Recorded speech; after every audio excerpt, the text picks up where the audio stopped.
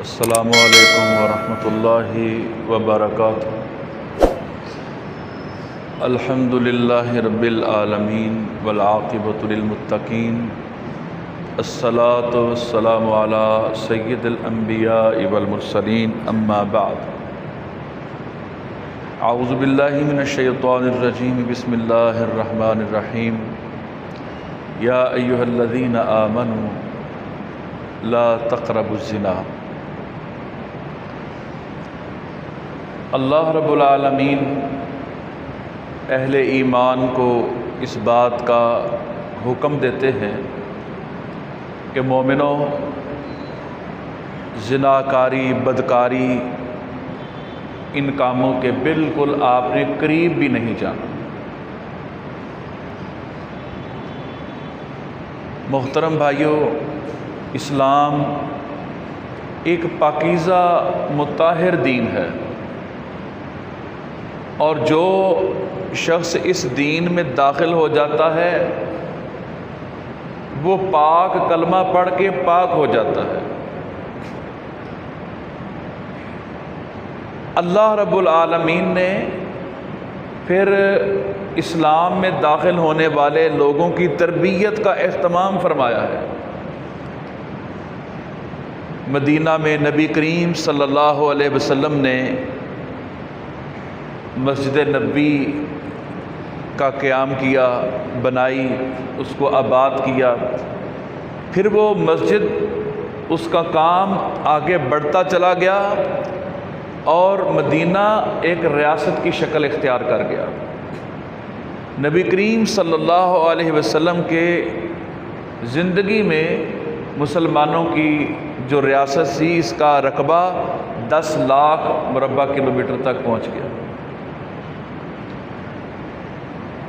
اب جب ایک ریاست بن گئی ہے، ایک اسلامی معاشرہ قائم ہو گیا ہے، تو اب یہاں گھر کیسے بنانے ہیں، گھروں میں آنا جانا کیسے ہے، لین دین کیسے کرنا ہے،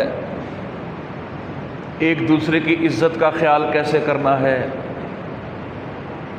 ایک دوسرے کے معاملات کا کیسے خیال رکھنا ہے، ان ساری چیزوں کی تربیت اسلام کرتا ہے۔ سورہ حجرات یہ مدنی صورت ہے۔ یہ اس کا نزول انہی دنوں میں ہے کہ جب ایک معاشرہ بن رہا تھا، معاشرہ زیر تعمیر تھا، لیکن فذکر ان الذکریٰ تنفع المؤمنین، یہ آیت بتلاتی ہے کہ اہل ایمان کی تعمیر کی ضرورت، اس کی اصلاح کی ضرورت ہر وقت رہتی ہے۔ قرآن مجید کی تلاوت کریں، اصلاح ہوتی ہے، نماز پڑھیں، اصلاح ہوتی ہے، بلکہ گناہ معاف ہوتے ہیں۔ ایک نماز سے دوسری نماز، ایک جمعہ سے دوسرا جمعہ، قرآن مجید پڑھنے سے نیکیاں بڑھتی ہیں۔ اللہ گناہوں کو معاف کرتا ہے، گناہوں کو نیکیوں کے اندر تبدیل کر دیتا ہے جب کوئی سچی توبہ کر لیتا ہے۔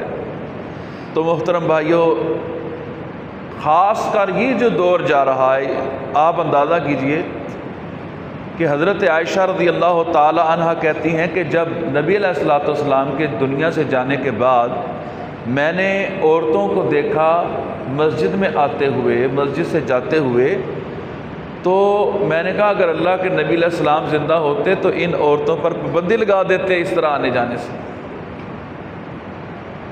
اللہ اکبر! وہ قرون اولیٰ کا دور تھا، صحابیات کا دور تھا، تو اس کے مقابلے میں آج کا دور کتنا پرفتن ہے۔ خاص کر اینڈرائیڈ نے، انٹرنیٹ نے تباہی مچا دی ہے، لیکن اللہ تعالیٰ کو معاشرے پاک چاہیے۔ تو فرمایا کہ اے مومنوں، بدکاری کے قریب نہیں جانا آپ۔ ایک شخص آیا نبی کریم صلی اللہ علیہ وسلم کے پاس، آ کے کہتا ہے یا رسول اللہ صلی اللہ علیہ وسلم، میں مسلمان تو ہو گیا ہوں، اسلام میں نے قبول کر لیا ہے، مجھے ایک بری عادت ہے، تو وہ عادت اگر مجھے پوری کرنے کی اجازت اسلام دے دے تو میں تو اجازت طلب کرنے آیا ہوں۔ میں کیا اجازت طلب کرتے ہو؟ کہنے لگا جی مجھے نا زنا کی اجازت دے دیں، بدکاری کی اجازت دے دیں۔ نبی صلی اللہ علیہ وآلہ وسلم نے کہا اگر کوئی شخص یہی سوال مجھ سے آ کے کرے تیری ماں کے متعلق، یہی سوال مجھ سے آ کے کرے کوئی شخص کہ وہ تیری بہن کے ساتھ، تیری بیٹی کے ساتھ یہ عمل کرنا چاہتا ہے تو تجھے کیسا گزرے گا؟ کہنے لگا مجھے تو بڑا ناگوار گزرے گا، یہ تو بڑا، میں تو اس کو تسلیم نہیں کروں گا۔ کہا تو جس عورت کے ساتھ یہ ارادہ رکھتا ہے تو مجھے یہ بتا وہ کسی کی بہن نہیں ہے، وہ کسی کی ماں نہیں ہے، وہ کسی کی بیٹی نہیں ہے۔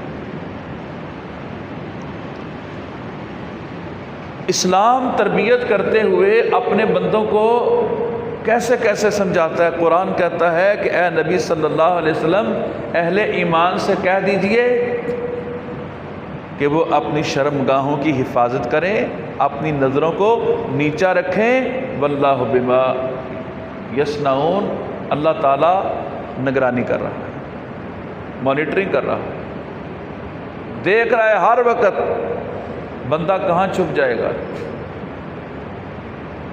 فضاؤں میں پرواز کر جائے، زمین کی تہہ میں چلا جائے، سمندر میں غوطہ زن ہو جائے، ساتویں کوٹھڑی میں چلا جائے، اللہ تعالیٰ سے کوئی بھی کہیں بھی چھپ سکتا؟ وہ علیم بذات صدور ہے، وہ عالم الغیب ہے۔ اللہ سے جہاں پر کوئی دو ہے تیسرا اللہ ہے، جہاں پر کوئی 10 ہیں 11واں اللہ ہے، تو اللہ سے کوئی چھپ نہیں سکتا۔ لہذا اپنی شرمگاہوں کی حفاظت کرو اور اپنی نظروں کو نیچی رکھو۔ اللہ تعالیٰ کہتا ہے کہ میں مانیٹرنگ کر رہا ہوں، دیکھ رہا ہوں جو تم عمل کر رہے ہو۔ نبی کریم صلی اللہ علیہ وسلم فرماتے ہیں مومنوں اگر تم مجھے 2 چیزوں کی ضمانت دے دو تو میں محمد صلی اللہ علیہ وآلہ وسلم تمہیں جنت کی ضمانت دیتا ہوں۔ ضامن کون ہے جنت کا؟ نبی مکرم صلی اللہ علیہ وآلہ وسلم۔ 2 چیزیں کیا ہیں؟ فرمایا ایک تمہارے جبڑوں کے درمیان ہے گوشت کا ٹکڑا، وہ زبان ہے، ایک تو تم مجھے اس زبان کی حفاظت کی ضمانت دے دو، اور دوسری تمہاری شرمگاہ ہے 2 رانوں کے درمیان گوشت کا ٹکڑا ہے، اس کی ضمانت دے دو کہ ان کا غلط استعمال نہیں ہوگا۔ تو میں محمد صلی اللہ علیہ وآلہ وسلم تمہیں جنت کی ضمانت پیش کرتا ہوں، جنت کی ضمانت۔ تو میرے محترم بھائیوں، اللہ تعالیٰ اس پر بڑے غصے ہوتا ہے۔ سب سے بڑی سزا اللہ تعالیٰ نے اس جرم پر رکھی ہے۔ آخرت کے اندر اور دنیا کے اندر اللہ تعالیٰ نے ایک اور صورت نازل کی جو ساری تربیت کے اوپر تھی۔